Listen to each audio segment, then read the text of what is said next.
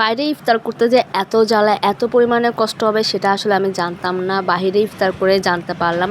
আসসালামু আলাইকুম, I am Sara from my page Sara's blog. চলে আসলাম নতুন আরেকটা ব্লগ নিয়ে।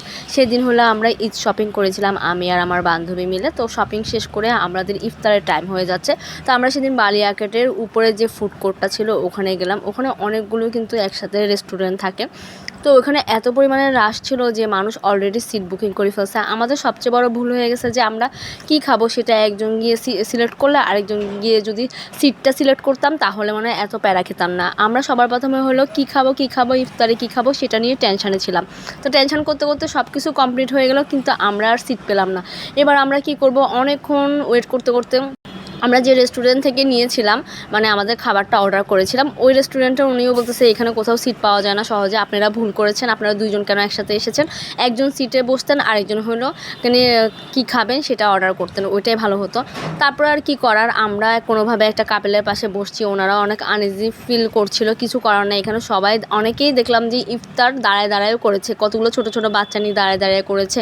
কী পরিমাণে যে রাশ ছিল আর দেখে অনেক খারাপ লেগেছে। আর এখানে আমরা ইফতার আইটেমে নিয়েছি চিকেন চাপ, নান, তারপর হলো মহব্বতের শরবত। আমার ফ্রেন্ড আর আমি সেমটাই নিয়েছি, আর ও হলেছে মিন লেমনটা নিয়েছে। তারপর হলো ক্যাফসি থেকে আমরা চিকেন নিয়েছি। তো এখানে প্রত্যেকটা রেস্টুরেন্টের আছে। তো এখানে হলো এত পরিমাণে মানুষ ছিল, আসলে যারা শপিং করেছে কেউ আর বাসায় যায়নি, সবাই ইফতার করে একেবারে শপিং শেষ করে তারপরে বাসায় যাবে। আর চিকেনটা খেতে কিন্তু বেশ ভালোই লেগেছে। দেখেন আমি এক নজর আপনাদেরকে দেখাই দিই কী পরিমাণে মানুষ। দেখছেন এত পরিমাণে মানুষ, অনেকেই দাঁড়ায় খেয়েছে। আমি আসলে এভাবে কোনো সময় ফুড কোর্টগুলোতে খাওয়া হয় নাই, ইফতার করা হয় নাই, এই প্রথম করেছি। আর এত পরিমাণে রাশ দেখে নিজেও ভয় পেয়ে গেলাম। তারপরে খেলাম। আমার কাছে চিকেন চাপটা তেমন একটা আহামরি ভালো লাগেনি। অন্যান্য জায়গায় চিকেন চাপটা অনেক মজা থাকে, বাট এদের চিকেন চাপটা খুবই বাজে ছিল। এখন কি রোজা উপলক্ষে কি এরকম বাজে বানাইছে না কেন এমন হয়েছে সেটা আসলে জানি না, বাট আমাদের ক্যাপসি চিকেনটা বেশ ভালোই লেগেছে। আর হলো মহব্বতের শরবতটা খুব বাজে লেগেছে, এটা এত বাজে এটা জানতাম না। তারপর চলে গেলাম আমরা ইফতার শেষ করে কিছুক্ষণের মধ্যে বের হয়ে জামাল খান চলে গেলাম। জামাল খান এসেও হতাশ হয়ে গেলাম, কারণ হলো খুব বাজে। 2 কাপ চা খেয়েছি আমি আর আমার ফ্রেন্ড, এত পরিমাণে বাজে ছিল। কিন্তু উনি যে স্টাইল করে চা বানাচ্ছিল আমি তো মনে করেছিলাম অনেক মজা হবে, কিন্তু এত বাজে হয়েছে মানে বলার বাহিরে। কিন্তু ওনার চার কালারটা সব কিছু অনেক সুন্দর ছিল, কিন্তু খেতে কেমন একটা বাজে স্মেল আসতেছিলো আর খেতে খুব বাজে লাগতেছিল, মানে কোনোভাবে মানে এটা ফেলে দেওয়ার যোগ্যই। তারপরে হলো কোনো কিছু আসলে অপচয় করা উচিত না, এখন কিনে ফেলেছি তো এখন কি আর করব, খেলাম।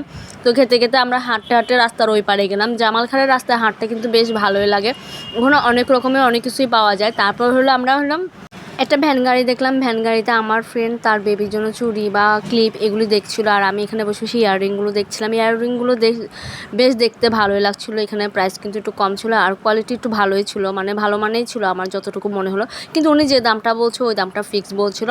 তো একটা একটা করে দেখছিলাম আর ভিডিও করছিলাম, ভালোই লাগছিলো। তারপরে হলো আমরা সামনে এগিয়ে গেলাম, এগিয়ে যাওয়ার পর ছোটো ফুচকা দেখলাম। তারপরে হলো 1 প্লেট ছোটো ফুচকা অর্ডার করলাম, 2 প্লেট নিলাম না, কারণ কেমন না কেমন হয়। এই ছোটো ফুচকাগুলো খেয়ে দেখলাম তেমন একটা ভালো লাগেনি, এটাও খুব বাজে ছিল। আসলে আজকের দিনটাই মনে হয় কোনোভাবেই গেছে, যে খাওয়ার দিনটাই মনে হয় খুব বাজেই গেল, এটাই ভাবলাম। তো আজকের এই ভিডিওটা এই পর্যন্ত, ভালো থাকবেন সবাই, থ্যাঙ্কস ফর ওয়াচিং, আল্লাহ হাফেজ সবাইকে।